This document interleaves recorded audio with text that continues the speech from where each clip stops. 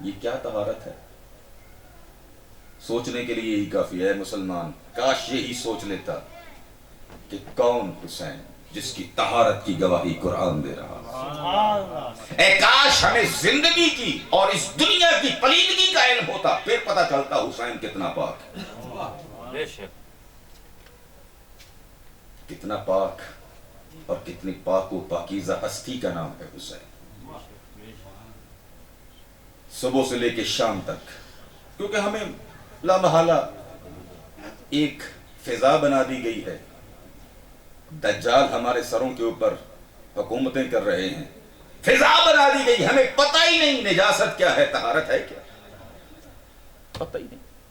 اسی وجہ سے ہمیں کیا پتہ کہ امام حسین کی طہارت کیا ہے؟ حقیقت یہی ہے۔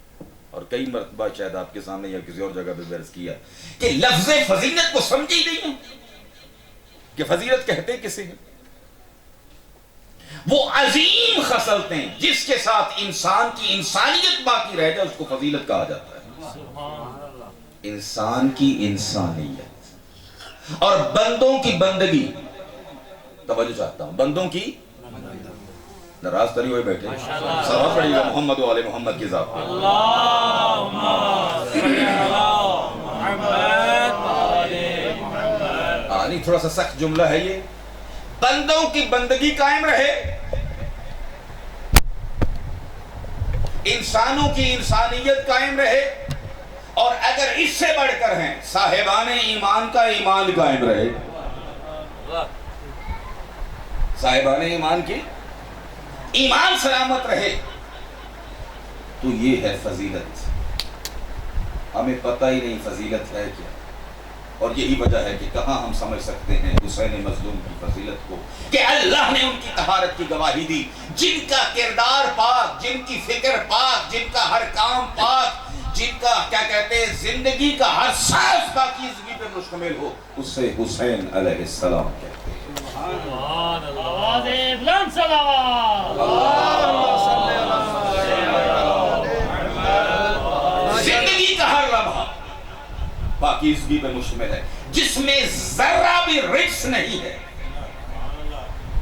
ذرہ میری مجبوری ہے یہ لفظ کہنا، ذرہ بھی رجس نہیں، ذرہ بھی کیا کہتے ہیں نجاست نہیں ہے، ٹھیک ہے۔ ایک مسئلہ اگرچہ بیان کرنا تو شاید یہاں پر فائدہ مند نہ ہو، لیکن بعض مسئلہ سمجھانے کے لیے ہم ظاہری نجاست سے شاہ جی بڑی وہ کرتے ہیں، کراہت کر رکھتے ہیں، کس سے؟ حالانکہ یہ انسان دی فطرت ہے بیچاری، توجہ ہے یا نہیں؟ ماشاءاللہ۔ کھانا پینا فطرت میں ہے یا نہیں؟ بالکل۔ کھانا پینا کیا ہے؟ فطرت۔ اس سے انسان کو فرار نہیں ہو سکتا۔ اچھا، جس سے فرار نہیں اس سے نفرت کرتے ہیں، اور جس سے فرار کرنا چاہیے اس سے نفرت ہی نہیں۔ یہ انسان کے وجود میں ہے، اللہ نے انسان کے زندہ رکھنے کے لیے خود فرمایا کلو واشربو، کھاؤ پیو، لیکن دیکھ کے اور سوچ سمجھ کے، کھانے پینے کے اوپر کوئی پابندی نہیں ہے، لیکن یہ فرمایا ہے حلال کھانا اور پاک کھانا، کیونکہ حلال کھاؤ گے، البتہ یہ میرا جملہ ہے اس کی وضاحت کے لیے، حلال کھاؤ گے تو حلال ذاتے رہو گے، طیب کھاؤ گے تو طیبوں کے ساتھ لگو گے، اگر پاک مال کھاؤ گے تو پاکانو منیں گے نا۔ بات سمجھ میں آ رہی ہے نہیں؟ ٹھیک ہے، تو لا محالہ کہ حلال اور پاکیزگی کا حکم دیا ہے، کھانے پینے سے اللہ نے منع، لیکن شاید یہ ہندو معاشرے کا اثر ہے کیونکہ اس میں ان چیزوں کو بہت زیادہ کراہت رکھی جاتی ہے۔ اس سے تو اللہ نے کہیں پر نہیں فرمایا کہ جو کیا کہتے ہیں طہارت، جس کو یہ طہارت آتی ہے یہ بڑا گندا بندہ، اللہ نے کہیں پر نہیں فرمایا، حکم دیا ہے طہارت کا۔ نہیں میرے دوست، میرے بھائی، ہم اپنے ذہن کے مطابق سمجھ رہے ہیں کہ یہ طہارت جو ہے یہ بہت نفرت ہے، نہیں، سب سے بڑی جو رجس ہے وہ یہ ہے کہ انسان اللہ کا بندہ نہ ہو، اللہ کا بندہ نہ، بندگی سے خارج، وہاں سب سے بڑی آلودگی اور سب سے بڑا پلیدگی کا تمغہ ملتا ہے جو شیطان کو حاصل ہوا۔ کس کو حاصل ہوا؟ شرک کیا ہے؟ رجس ہے۔ کفر کیا ہے؟ رجس ہے۔ نفاق کیا ہے؟ رجس ہے۔ توجہ ہے میرے دوستان؟ اور جتنے گناہ ہیں وہ آہستہ آہستہ، وہ چھوٹی چھوٹی پلیدگیاں ہیں، چھوٹے چھوٹے کیا کہتے ہیں، جرثومے ہیں، وہ بڑے بنتے بنتے سرطان اور پھر یہ بڑی گندگی بنتے ہیں۔ تو کبھی کفر بنتا ہے، کبھی شرک بنتا ہے، توجہ ہے میرے دوستان، اور کبھی نفاق بنتا ہے۔ یہ بڑی گندگیاں ہیں اور مل کے سرطان بنتے ہیں، کینسر بنتے ہیں۔ سمجھ میں آ رہی ہے بات؟ اللہ نے جہاں پر بھی تعریف فرمائی ہے ان ہستیوں کی فرمائی ہے جن میں نہ کفر ہے، نہ شرک ہے، نہ نفاق ہے، ایمان ہی ایمان ہے۔ عام مومن کی اللہ اتنی مدح فرماتا ہے کہ نہ اس میں کفر ہے، نہ شرک ہے، نہ نفاق ہے۔ جو ہستی اس ایمان کے معیار کے اوپر ہو، جب وہ قابل تعریف ہے، تو جن ہستیوں کی وجہ سے ایمان باقی ہو، جن کو اللہ پاک کرے دی، ماشاءاللہ۔ اور یہاں پر بس وقت بہت ہو گیا۔ امام مظلوم ایک آیت ہی کافی، آیت تکفی۔ کل اسلکم علیہ اجرا المودۃ فی القربہ۔ یہ وہ ہستیاں ہیں جن کی محبت، مودت اللہ نے قرآن میں مانگی ہے، طلب کی۔ اب اگر کوئی امام حسین علیہ السلام کی محبت کے تقاضے کو پورا نہیں کرتا تو اس کو امام حسین سے نفرت نہیں، اللہ کے فرمان سے۔ توجہ ہے میرے دوستو؟ مولا حسین نے محبت نہیں مانگی، توجہ ہے یا نہیں؟ بے شک۔ نہ رسول نے مانگی ہے بلکہ یہ اللہ نے مانگی ہے۔ بس اس کا مطلب یہ ہے اللہ جب بھی انسانوں کے لیے کوئی بات طلب کرتا ہے وہ انسانی زندگی کے لیے کیا ہے؟ لازم ہے، ورنہ ضرورت اس کے بیان کرنے کی نہیں تھی۔ اس کا مطلب یہ ہے محبت حسین اتنی لازمی ہے، اگر یہ نہ ہو تو اللہ کی بندگی نہیں۔ جو کہ میرے دوستو اگر محبت حسین نہیں تو اللہ کی بندگی جو ہے وہ نہیں ہو سکتی۔ اور یہ وہ ہستی کہ جس کی محبت انسان کو کہاں تک پہنچاتی ہے؟ شیعہ سنی کتابوں میں یہ روایت موجود ہے، احب اللہ من احب حسین۔ نعرہ تکبیر، اللہ اکبر، نعرہ رسالہ، یا رسول اللہ، نعرہ حیدری، یا ماشاءاللہ بھائی بہت خوب جی۔ زبان وحی میں اور پاکیزہ زبان سے یہ جملہ نکلا ہے، اور قبلہ تقی شاہ صاحب کا جملہ مجھے بہت پیارا لگتا ہے۔ یہ وہ زبان ہے جو قرآن کو قرآن رکھتی ہے، فرمان کو فرمان رکھتی ہے۔ ٹھیک ہے، عظیم زبان کی ہے، اور جس زبان کی فیض سے آج تک انسانوں کی انسانیت باقی ہے، اس زبان سے یہ جملہ نکلا ہے، اے لوگو یاد رکھنا حسین میرے بیٹے کی محبت کوئی عام محبت نہیں ہے۔ احب اللہ من احب حسین، حسین وہ ہے اللہ اس سے محبت رکھتا ہے جو حسین سے محبت رکھتا ہے۔ اللہ اس سے محبت رکھتا ہے جو امام مظلوم سے محبت رکھتا ہے۔ بڑی محبت ہے جی، بہت محبت ہے۔ اچھا جی محبت ہے، لیکن یہ ہے کہ اگر گھر میں کوئی مرگ ہو گئی تو ایسی آپ کے گھر میں بیٹھے رہیں گے، ناراض تو نہیں ہو بیٹھے؟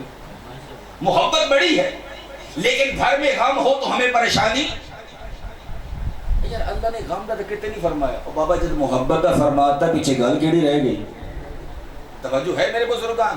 جب محبت کا فرما دیا تو محبت کے تقاضے ہیں، ان کے خوشی کے ساتھ خوشی ہے، ان کے غم کے ساتھ غم ہے۔ اگر مودت رکھتا ہے پھر آ ذکر حسین میں، پھر آ ذکر حسین، اور جو ذکر حسین کی منزل پہ آ چکے ہیں ان سے عرض کروں گا آ فکر حسین پر۔ نکل گیا۔ اب تیری منزل فقط ذکر والی نہیں، توجہ تو ہے میرے دوستان؟ بے شک اگر ذکر کی منزل پہ آ چکے ہیں، اب آ فکر حسین پر. ابو نصر فارابی کے بارے میں پچھلی دن مطالعے سے ایک بات گزری. صلوات پڑھیے گا محمد والے محمد کی. اللهم صل على محمد وآل محمد. کہتے کسی محفل میں گئے، توجہ ہے میرے دوستان، میں ماشاءاللہ. کسی محفل میں گئے، ناراض بھی نہیں ہوگی، میں نے واقعہ نقل نہیں کرا، نقل کرنے والے نے کیا. ٹھیک ہے، جن کی کتاب ہے لؤلؤ والمرجان، انہوں نے اس واقعے کو نقل کیا. ان کے ہاتھ میں چند ایک بانسریاں تھیں. بادشاہ کے دربار میں آئے اور دربار میں آ کے بانسریوں کو ایک خاص ترتیب دی اور ان کو جب بجایا تو لوگ خوش ہو گئے. بات میری سمجھ میں آ رہی؟ ماشاءاللہ. پھر دوبارہ ان بانسریوں کی ترتیب چینج کی اور پھر جب بجایا تو لوگ رونے لگ گئے. بات سمجھ میں آ رہی ہے نہیں؟ جی ٹھیک ہے، پھر ترتیب دی تو ایک اور حالت آ گئی. تو اس کا مطلب یہ ہے ہنسانا اور رولانا، یہ تو بانسری بھی رولا سکتی ہے. یہ تو بڑا کام نہیں. توجہ ہے میرے دوستو. ماشاءاللہ ماشاءاللہ. بس سمجھنا پڑے گا کہ یہاں پر ذکر حسین کی منزل کیا ہے، کہ جس کی عظمت یہ ہے اگر آنسو اتنا بھی آ جائے کہ مکھی کا پر گیلا ہو جائے تو جنت واجب ہو جاتی ہے. پتہ چلنا چاہیے کوئی عام رونا نہیں ہے. توجہ ہے میرے دوستو، توجہ کی میرے بزرگان، یہ کوئی عام رونا. چلیں میں آپ کو اس اور اپنے اس انداز میں، یہ ایسا رونا ہے جو کئی رونوں کو ختم کر دیتا ہے، جو کئی رونوں کو ختم کر دیتا ہے. فرمایا جس دن آنکھیں رو رہی ہوں گی صرف وہ آنکھیں خوش ہوں گی کہ جو میرے جد مظلوم کے اوپر روتی رہی. اور واقعاً جس کو امام مظلوم کے غم میں آنسو آتے ہیں پھر وہ نہ دشمن اہل بیت رہتا ہے، معرفت کے ساتھ شرط کیا ہے، نہ دشمن اہل بیت رہتا ہے، نہ دشمن اہل بیت سے محبت رکھتا ہے. اگر واقعاً ان آنسوؤں کی طرف توجہ دی جائے، اگر ذکر کی منزل پر ہے تو پھر دیکھ کہ ذکر حسین کا ہدف کیا ہے. ذکر حسین کا بہت ساری روایات اس سلسلے میں منقول ہیں، وسائل الشیعہ میں یا اور مقامات کے اوپر بھی. میں فقط ایک روایت عرض کرنا چاہتا ہوں، صلوات پڑھیے گا. اللهم صل على محمد. بڑی تیزی سے مولا فرماتے ہیں فضیل آپ کی صحابی ہیں، تجلسون و تتحدثون، آیا بیٹھتے بھی ہو آپس میں اور ہماری حدیثیں بھی بیان کرتے ہو؟ توجہ ہے میرے دوستو، تجلسون یعنی مجلس کرتے ہو، بیٹھتے ہو، ہماری حدیثیں بھی بیان کرتے ہو؟ میں کہا مولا جی ہم کرتے ہیں. مولا فرمایا امام جعفر صادق علیہ السلام فرمایا ان تلک المجالس احبها، ان مجلسوں کو جس میں ہمارا ذکر ہو میں صادق آل محمد ایسی مجلسوں سے محبت رکھتا ہوں. جس میں ہمارا ذکر ہو میں اسے، بس یہ مجالس کیا ہے، محبوب ہے آئمہ خدا کی نظر میں. پھر مولا فرماتے ہیں اگلا مقصد فَأَحْيَوْا أَمْرَنَا، ماننے والوں ہمارے معاملے کو زندہ کرنا، جو ہم چاہتے ہیں اسے زندہ رکھنا. جو آل محمد چاہتے تھے ان کو کیا رکھنا، زندہ رکھنا. جو امام چاہتے ہیں، اور امام علیہ السلام جب مدینہ سے نکلنے لگے تو آپ نے کیا فرمایا کہ میرا خروج کس لیے ہے، آمر بالمعروف ونہی عن المنکر، میں وہ چاہتا ہوں جو خدا چاہتا ہے، میں وہ چاہتا ہوں جو خدا چاہتا ہے. خدا چاہتا ہے کہ ہر جگہ نیکی ہو، میں نیکی کا حکم دینے کے لیے آیا ہوں. خدا چاہتا ہے برائی ختم ہو، خدا چاہتا ہے کہ میں میرا نظام حاکم ہو. تو میں اس لیے نہیں کر رہا. توجہ ہے میرے دوستاں؟ ٹھیک ہے. اچھا واہ یا عمران جو آل محمد پسند کرتے ہیں ان مجلسوں میں فرمایا ان کو زندہ کرو. کیا کرو؟ زندہ. یہ امام کے اہداف کیسے زندہ ہوں گے؟ بھائی پڑھے لکھے بندے بیٹھے تھے, کیسے زندہ ہوں گے امام کے اہداف؟ اسی وقت زندہ ہوں گے جب ان کی تعلیمات دل سے بھی ہوں, عمل سے بھی ہوں. دل سے بھی ہوں, اگر دل سے قبول نہیں تب بھی بات قبول نہیں. توجہ ہے میرے دوستوں؟ بھائی دیکھیں, اگر دکھاوے کے لیے مجلس ہو, عبادت ہو, نماز ہو, اللہ قبول کرتا ہے؟ میرے علم میں نہیں بات. ٹھیک ہے. اور اگر اسی طرح فقط دل سے قبول کرتا ہے, عمل گواہی نہیں دیتے. خود امام حسین فرمایا کہ شائستہ ہے یہ بات کہ انسان منہ سے بات نکالے, توجہ میرے دوستو, اور اس کا عمل اس بات کی تصدیق کرے.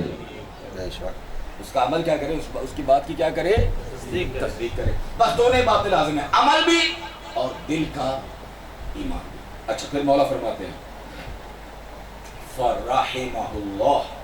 فرحم اللہ من احیا عمران. فرمایا اللہ اس پر رحمت کرے جو ہمارے امر کو